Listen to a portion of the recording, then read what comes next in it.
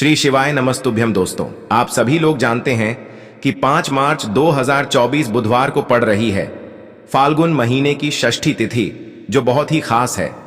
और दोस्तों, यह वह षष्ठी तिथि है जो कि फाल्गुन महीने में बुधवार को पड़ रही है, तो इस दिन का महत्व और भी अधिक बढ़ जाता है। और दोस्तों, इसी दिन किया जाने वाला पंडित जी द्वारा बताया गया 11 गेहूं के दाने वाला उपाय आप लोगों को जरूर करना चाहिए, क्योंकि दोस्तों यह एक ऐसा उपाय है जो कि हर दिन नहीं किया जाता। फाल्गुन महीने में जो षष्ठी तिथि आती है उसी दिन किया जाता है, क्योंकि फाल्गुन महीने में गेहूं के दाने का बहुत ही बड़ा महत्व होता है। और अगर आप लोगों ने इस उपाय को नहीं किया है या किसी कारणवश नहीं कर पाए हो, तो बुधवार षष्ठी तिथि के दिन इस उपाय से मत चूकना। दोस्तों देखिए, यह दिन इतना खास होता है, इतना महत्वपूर्ण होता है। देखा गया है कभी कभी बड़े बड़े पूजा पाठ अनुष्ठान से जो मनोकामना पूर्ण नहीं होती है, वह फाल्गुन महीने के बुधवार षष्ठी तिथि के दिन एक छोटे से उपाय करने से ही आपकी मनोकामना पूर्ण हो जाती है। और बहुत सारे लोगों ने इस उपाय को किया भी है और उनको इस उपाय को करने का फल भी जरूर मिला है। अगर आप लोग भी इस उपाय को बुधवार षष्ठी तिथि के दिन करना चाहते हैं, तो आप इस उपाय को पहले अच्छे से समझ लेना, सुन लेना, उसके बाद करना। आपको इस उपाय का फल जरूर मिलेगा। देखना, आपकी सभी मनोकामनाएं पूरी हो जाएंगी। दोस्तों, हम आपको यहां पर बता दें कि यह जो 11 गेहूं के दाने वाला उपाय है, यह उपाय पंडित जी ने अपनी अभी की शिव महापुराण की कथा में ही बताया है। और इस उपाय को करने से आपके घर में चाहे किसी भी प्रकार की दुख और समस्या क्यों ना चल रही हो, आपको उसका कारण भी नहीं पता है कि भाई यह समस्या किस कारण से चल रही है, उसका कुछ भी कारण हो सकता है। पितृदोष हो सकता है, काल सर्प दोष हो सकता है, या किसी भी तरह का मंगल दोष भी हो सकता है, और भी बहुत तरह के दोष होते हैं, कुछ भी हो सकता है। पर आपको इस उपाय को करने के लिए अपने दोष को पता लगाने की भी जरूरत नहीं है। आपके घर में किस कारण से इतनी दुख और परेशानी आ रही है, वह भी आपको पता लगाने की जरूरत नहीं है। बस बुधवार षष्ठी तिथि के दिन इस उपाय को कर लेना, क्योंकि इसी एकमात्र उपाय को करने से आपके पूरे घर परिवार में सुख और शांति हो जाएगी। आपके घर में अच्छे अच्छे काम होने लगेंगे। आपकी जो भी मनोकामना होगी वह भी धीरे धीरे करके पूर्ण होना शुरू हो जाएंगी। अब हम समझते हैं इस 11 गेहूं के दाने वाले उपाय को आपको करना कैसे है, किसको करना है, किस समय करना है और कैसे करना है। देखो, उपाय बिल्कुल आसान है, बस समझने वाली बात है। ध्यान से समझिए, उसके बाद ही आप लोग जो है इस उपाय को जरूर कीजिएगा।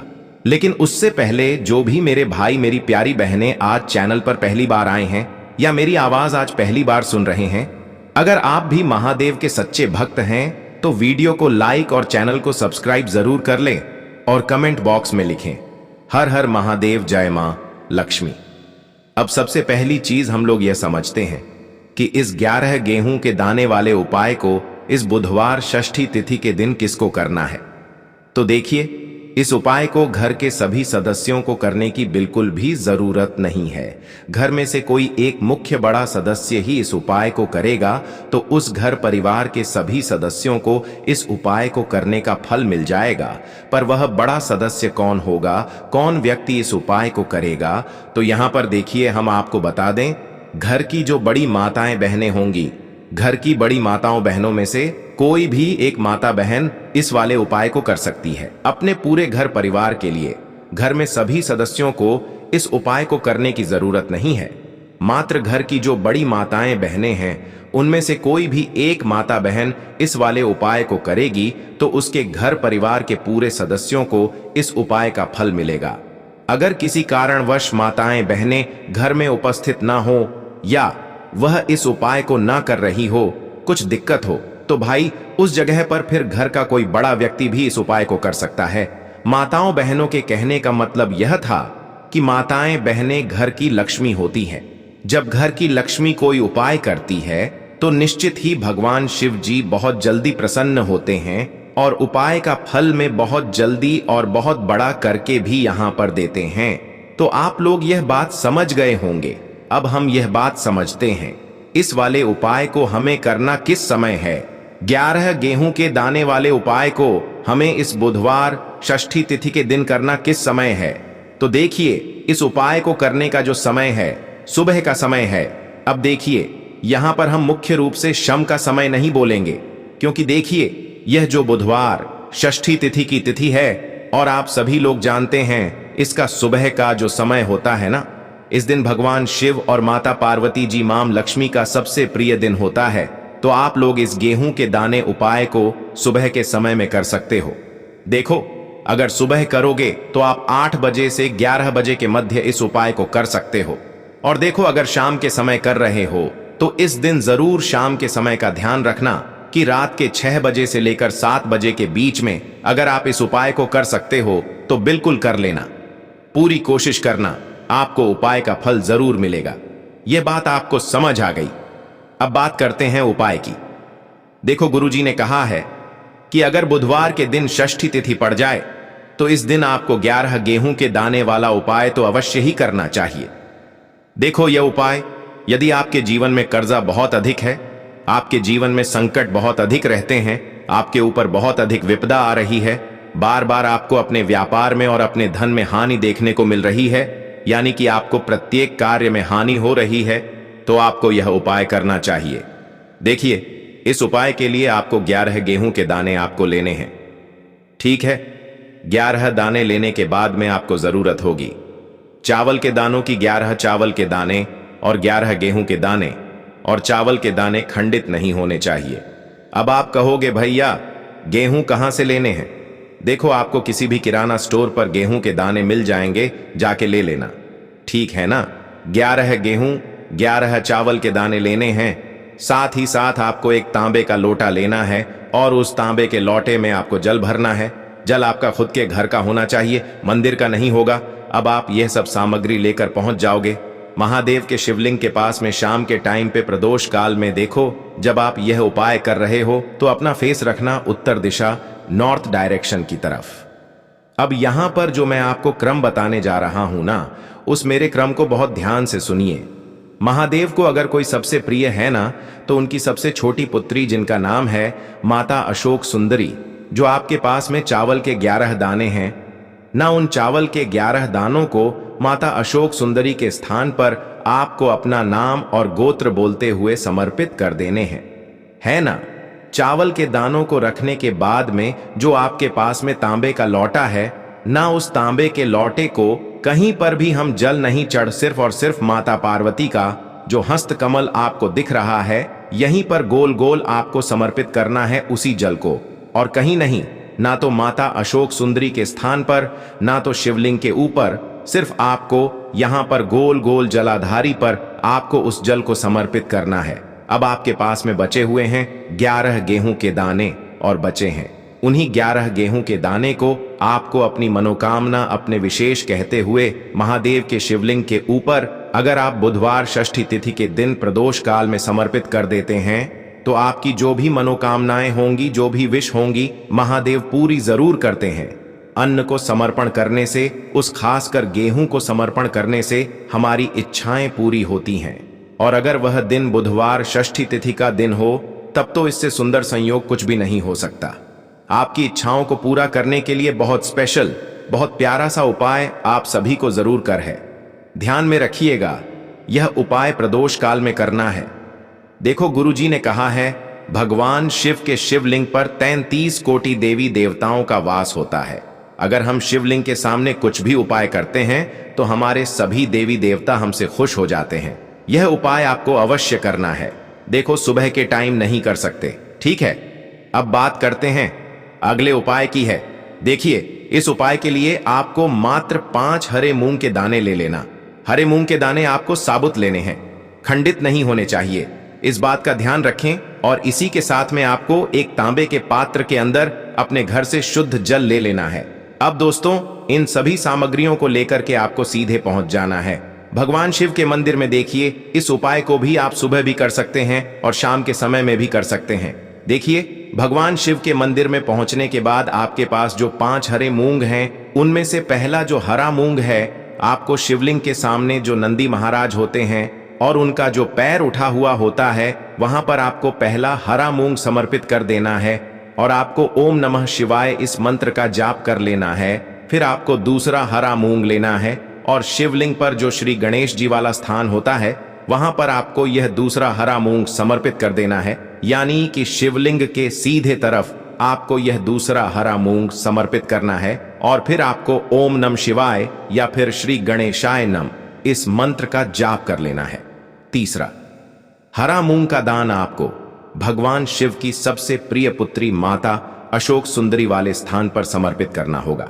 शिवलिंग की जो जलाधारी होती है, जहां से जल बह करके आता है, उसी जलाधारी के बीच में जो कहीं कहीं उठी हुई लाइन होती है सांप की आकृति के रूप में, वहीं पर आपको तीसरा हरा मूंग समर्पित करना है और फिर आपको ओम नमः शिवाय इस मंत्र का जाप कर लेना है। अब दोस्तों, चौथा जो हरा मूंग है उसे आपको भगवान कार्तिकेय जी का जो स्थान होता है शिवलिंग पर, वहां पर आपको यह चौथा हरा मूंग का दाना समर्पित कर देना है और आपको ओम नमः शिवाय इस मंत्र का जाप कर लेना है। अब दोस्तों, आपके पास जो पांचवा और अंतिम हरा मूंग बचा हुआ है, उससे आपको उससे जल के पात्र के अंदर डाल देना है और इस हरे मूंग से युक्त जल से आपको भगवान शिव के शिवलिंग का अभिषेक कर देना है।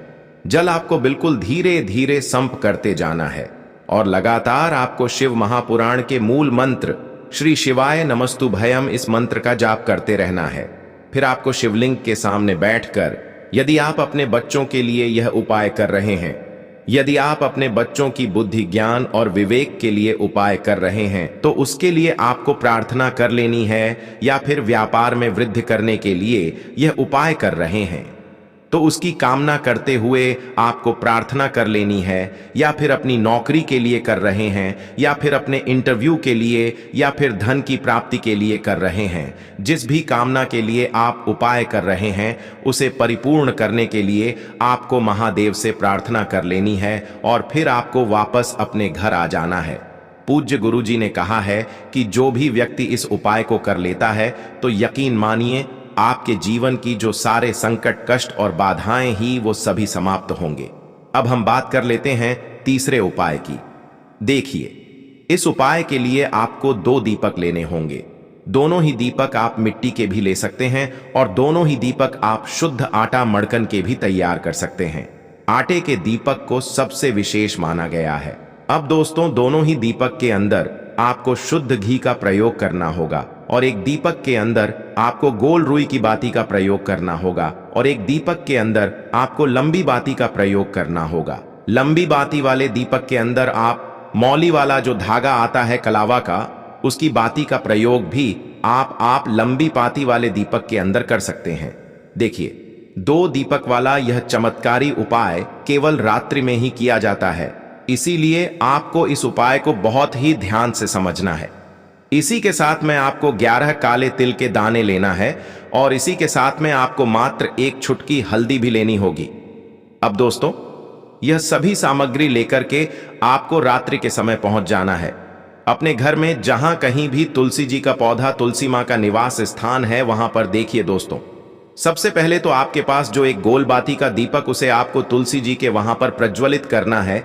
दीपक को प्रज्वलित करते समय आपको ओम नमो भगवते वासुदेवाय इस मंत्र का 11 बार जाप कर लेना है। अब देखिए दोस्तों, आप जो 11 काले तिल के दाने लेकर के आए हैं, उन्हें आपको अपने सीधे हाथ में रखना है और जो आपने गोल बाती वाला दीपक प्रज्वलित किया है माता तुलसी जी के वहां पर, उसके ऊपर से आपको इन 11 काले तिल को घाड़ी की दिशा में घुमाना है। आपको अपना नाम और अपनी गोत्र को बोल देना है और फिर आपको इन काले तिल को उससे जलते हुए दीपक के अंदर डाल देने हैं। देखिए, काले तिल भगवान विष्णु के पसीने से उत्पन्न हुए हैं और जब भी हम यह दीपक बुधवार षष्ठी तिथि की रात्रि में प्रज्वलित करते हैं तो इससे हमें हमारे कर्ज में राहत मिलती है, हमारे जीवन में धन प्राप्ति के नए नए मार्ग खुलते हैं। हमारा अगर कोई भी कार्य रुका हुआ है तो वह भी परिपूर्ण होता है। देखिए, गोल बाती का जो दीपक है, विशेषकर हम माता तुलसी के वहां पर भगवान विष्णु और माता लक्ष्मी के निमित्त प्रज्वलित कर रहे हैं। इस प्रकार से आपको यह दीपक प्रज्वलित कर देना है। अब जो आपके पास लंबी बाती का दीपक है, 1 चुटकी हल्दी है, तो इससे आपको लेकर के पहुंचना है अपने घर के मंदिर में। आपके घर के मंदिर में माता लक्ष्मी की जो भी प्रतिमा ही मूर्ति है, उनके सामने सबसे पहले तो आपको यह लंबी बाती का दीपक रखना है। फिर आपको दीपक को प्रज्वलित कर देना है। दीपक को प्रज्वलित करते समय आपको ओम महालक्ष्मी नमः इस मंत्र का जाप करते रहना है। अब दोस्तों, आपके पास जो एक छुटकी हल्दी है उसे आपको अपने सीधे हाथ में रखना है और इस एक छुटकी हल्दी को आपको उस दीपक के ऊपर से 11 बार घड़ की दिशा में घुमाना है और आपको ओम महालक्ष्मी नमः मंत्र का जाप करते रहना है और इस एक छुटकी हल्दी को आपको उसे दीपक के अंदर डाल देना है। देखिए, एक छुटकी हल्दी वाला जो दीपक है आपके जीवन से दुर्भाग्य को समाप्त करता है। माता लक्ष्मी की आपको कृपा प्राप्त करवाएगा, धन प्राप्ति के आपके जीवन में नए नए मार्ग बनाएगा। गुरुजी द्वारा बताए गए यह सब सिद्ध उपाय है। दोस्तों, सबसे पहले तो आपको मात्र 3 शमी पत्र लेने होंगे। इसी के साथ में आपको मात्र थोड़ा सा शहद लेना है। शहद आप मात्र 1 चम्मच या फिर उससे भी कम लें और इसी के साथ में आपको मात्र एक तांबे के पात्र के अंदर अपने घर से शुद्ध जल लेना है। अब दोस्तों, मात्र इन तीनों सामग्रियों को लेकर सीधे आपको पहुंच जाना होगा। भगवान शिव के मंदिर में देखिए, गुरुजी ने बताया है यह वाला उपाय आप सुबह भी कर सकते हैं और शाम के समय में भी कर सकते हैं। जब भी आपके पास समय हो तब आप इस उपाय को कर सकते हैं। देखिए, सबसे पहले तो आप जो एक जल का पात्र लेकर के गए हैं उससे आपको धीरे धीरे शिवलिंग पर समर्पित कर देना है और लगातार आपको शिव महापुराण के मूल मंत्र श्री शिवाय नमस्तुभ्यम इस मंत्र का जाप करते रहना है। अब दोस्तों, आपके पास जो शमी पत्र है, 3 शमी पत्र है, तीनों को आपको उस शहद के अंदर अच्छे से डुबो देना है। यानी कि तीनों शमी पत्र पर आप चारों तरफ अच्छे से शहद का लेपन कर देना है। अब दोस्तों, इन शमी पत्रों से आपको भगवान शिव के शिवलिंग का श्रृंगार करना है। यानी कि आपको एक शमी पत्र शिवलिंग के ऊपर रख देना, ये दूसरा शम पत्र आपको शिवलिंग के दाएं तरफ रख देना है और तीसरा शम पत्र आपको शिवलिंग के बाएं तरफ चिपका देना है।